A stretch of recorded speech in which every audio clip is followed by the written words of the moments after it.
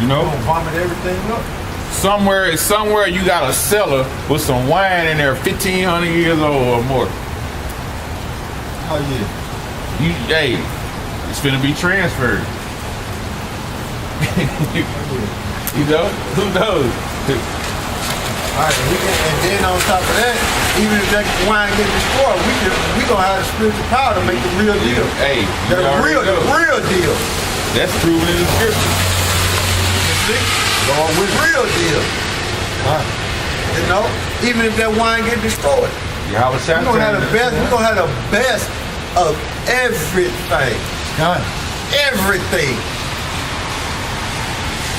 Okay. This is It says trillionaire Rothschild warns his own central banking system is failing and to buy gold.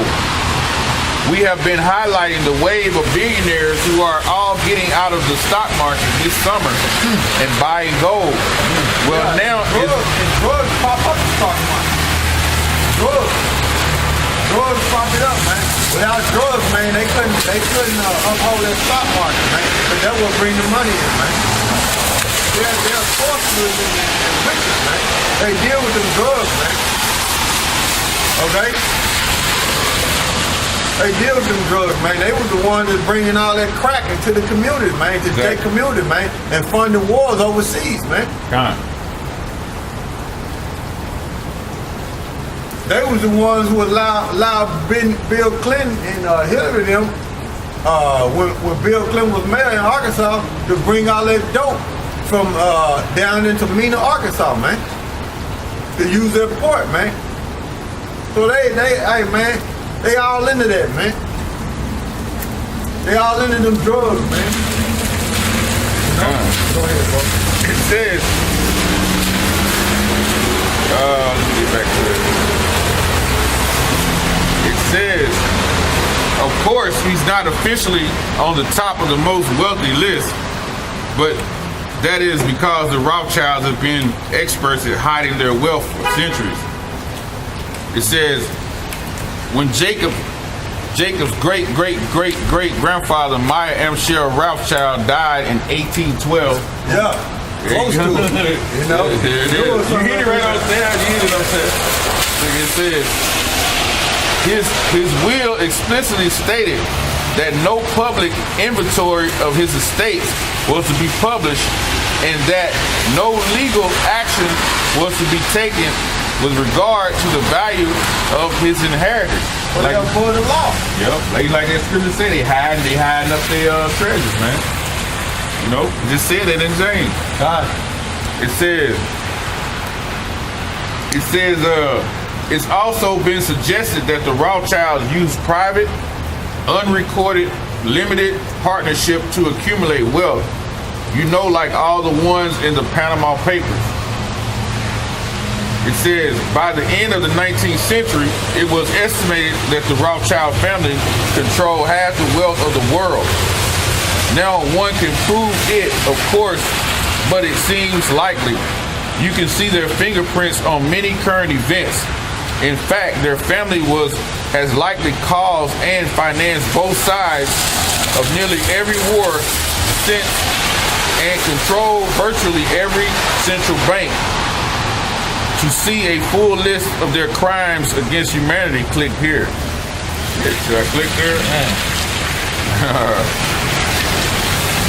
It says, that's why I gotta look into it. A brother from Missouri was telling me he had saw a video where that plane crash that happened in Medellin, Colombia. He was saying that it happened to Bolivians.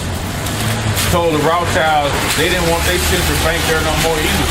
And that was like a get back, basically. So I gotta look more into it. Cause like when you look up that number, I looked up that number 76. That plane crash was like a sacrifice, man. Who was on that plane?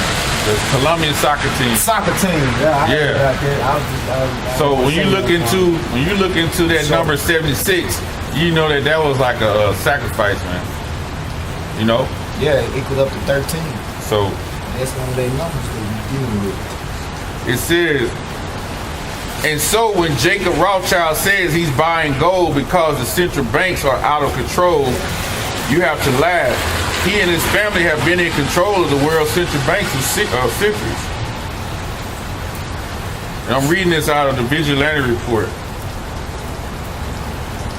And this is it says, this is a statement that he made. The 6 months under review have seen central bankers continue what is surely the greatest experiment of monetary policy in the history of the world. We are therefore in the uncharted waters, and it is impossible to predict the unintended consequences of very low interest rates, with some 30% of global government debt at negative yields combined with quantitative easing on the massive scale. It is not impossible to predict there is going to be a gigantic crash. Well, the Rothschilds is telling you the system is done. They telling you, but we've been telling you through the scripture. It's already written that this dollar gonna bottom out, man, and they gonna bring that RFID chip. You know, that's gonna be the new currency, man. The RFID chip. Right. The mark of the beast. And if you take that, you're gonna be destroyed. But go ahead. It says, it's no coincidence George Soros began to move heavily into gold a few months ago, and so did his buddy Crispin Odie. And now Jacob Rothschild himself is moving into gold. We are certain they already own tremendous sums of it.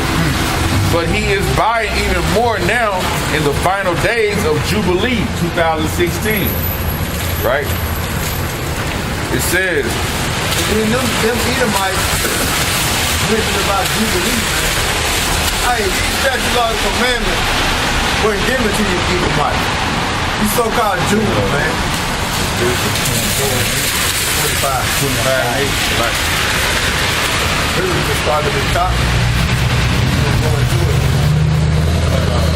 Keep reading that off and then we'll touch it says, but he is buying even more now in the final days of Jubilee 2016.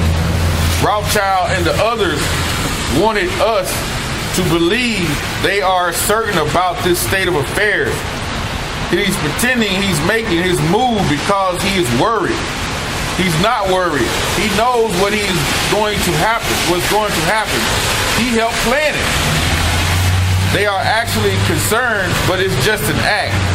Rothschild, for instance, points out that despite the central bank money printing boosting stock markets, this growth is detached from the real economy. In fact, he basically warning that years of overprinting and zero interest rates have destroyed economics around the world. This isn't just speculation on our part. It's not hypothetical.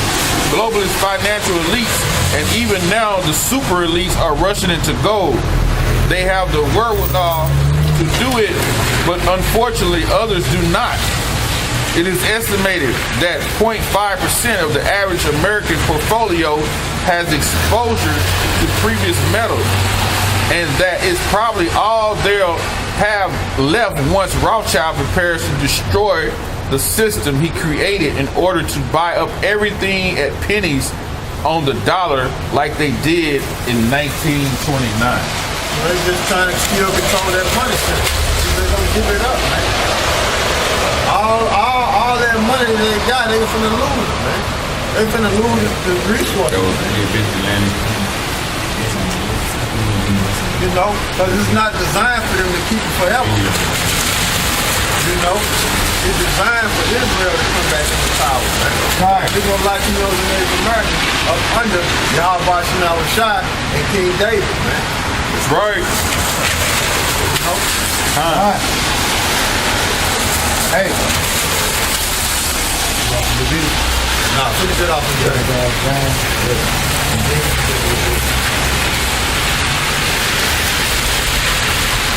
This is James, chapter 5,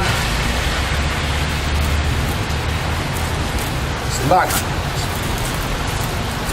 James chapter 5, verse 3 says, your gold and silver is cankered, and the rust of them shall be a witness against you, and shall eat your flesh as it were fire. Ye have heaped treasure together for the last days. So all that money they've been storing up, hey, like that paper, and we already know that currency is going to be wiped out. Like the brother just said, the new currency is going to be the RFID chip. That's what they trying to lead you people, man.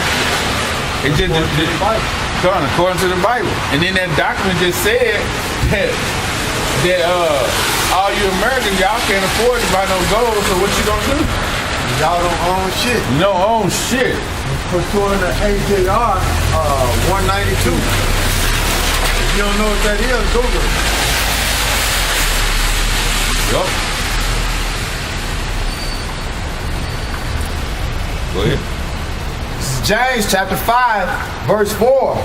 Behold, the hire of the laborers which have reaped down your fields, which is of your kept back by fraud, crieth, and the cries of them which have reaped are entered into the ears of the Most High of Sabaoth. Yeah, Sabaoth, Lord of armies. Right? That's the Lord of armies, man. So the cries of Israel, by them being oppressed and defrauded, all those riches that you got, and the wealth that you got, and the clothes that you got, everything that you got, is going to bring destruction upon you to the Lord of Sabaoth, which is the Lord of armies. Because the cries, he hear the cries of the elect of Israel. Right? Oh, yeah. God. Verse 5. You have lived in pleasure on the earth and been wanton. With no discipline. You've been having the finer things in life. Okay? You've been having all the finer things in life while you done got all them riches by deceit. And having no Israel in slavery and through drug trade. Okay? You got all them riches. God. Go ahead. Ye have nourished your hearts as in a day of slaughter. Ye have condemned and killed the lust, and he doeth not resist you. Yeah, Jake don't fight you. Jake don't fight you. Jake don't go against you. Jake is subject to you. Exactly. But through the spirit and power of Yahweh Shema Shai, he have raised up men to prophesy against you and to cry to Yahweh Shema Shai about what you do. You elite, you Rothschild. God. Hey, Abel blood is crying from the ground. God. God. It says, ye have condemned and killed the just, and he doeth not resist you. Yeah, see, Jake ain't got up and built no army and overthrown you. Jake just been subject, man. You know? God. It says, be patient, therefore, brethren, unto the coming of Yahweh by Hashem Yahushua. So James is letting you know, even though they got all them riches, endure the infliction. You know, endure, be patient, and suffer faithfully. And keep that faith, you know. Keep that faith. Go ahead. Behold, the husbandman waited for the precious fruit of the earth and have long patience for it. Right, have long patience for it. Go ahead. The fruit is who? Israel. Son. Who is the husband? Yahweh. Go ahead. Son. Waiting for that fruit to be ripe. That's the elect coming back. Right. You know what I'm saying? He's not going not gonna pluck it. He's not gonna force the ground. He ain't gonna force the ground like that. But see, Yahushua know the law. He see Cain, he knew the law, but he ain't understand it. What he did was he tried to force it out the ground. Yeah. And see, you got laws on how you supposed to sacrifice, mean give up to the Most High. And Cain didn't understand how to give a sacrifice of the first fruits to the Most High. It's supposed to be right. Cain didn't understand it. He forced it out of the ground. Pursuant to the Josephus. God. Right? Because it tell you that in what? Numbers 18th chapter? 18. Matter of fact, go to it real quick. Number 18. Number 18 to 12. Yeah, read that real quick and then jump back to James. This is Numbers chapter 18, verse 12. And see, going back to, see, just like he was saying, Yahushua know, you know what I'm saying, to come and get the right fruit and offer it to the Most High. He don't force it. You see, he ain't gonna force it and get a 2/3 date. That ain't in his right mind. You know what I'm saying?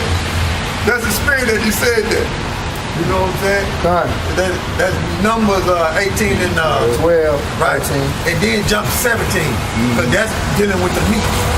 It says, all the best of the oil and all the best of the wine and of the wheat, the first fruits of them which they shall offer unto the Most High, them have I given thee. Right, because all those things come from the ground. And what was Cain? He was dealing with the ground. Right? All those things come from the ground, and Cain was what? He was dealing with the ground. And this what Yahweh told Israel, dealing with the ground and the first fruit. This is how you do it when you offer it to me. When you give it to me. In other words, a sacrifice. Go ahead. Verse 13, and whatsoever is first right in the land. Whatsoever is first right. Go ahead. And whatsoever is first right in the land, which they shall bring unto the Most High, shall be thine. Everyone that is clean in thine house shall eat of it. So, in other words, the Most High deal with first fruit. Because if not, he wouldn't have never told Israel that. And did they know the law back then? Yeah. During the time that Cain and Abel, they knew the law. It tells you in the Apocrypha that they knew the law. Right? And then on top of that, we was made in his image. The Adamites were made in his image because they had the sexual laws of men. Right? Right? So jump to verse 17, dealing with the meat. Says, verse 17, but the firstling of a cow or the firstling of a sheep or the firstling of a goat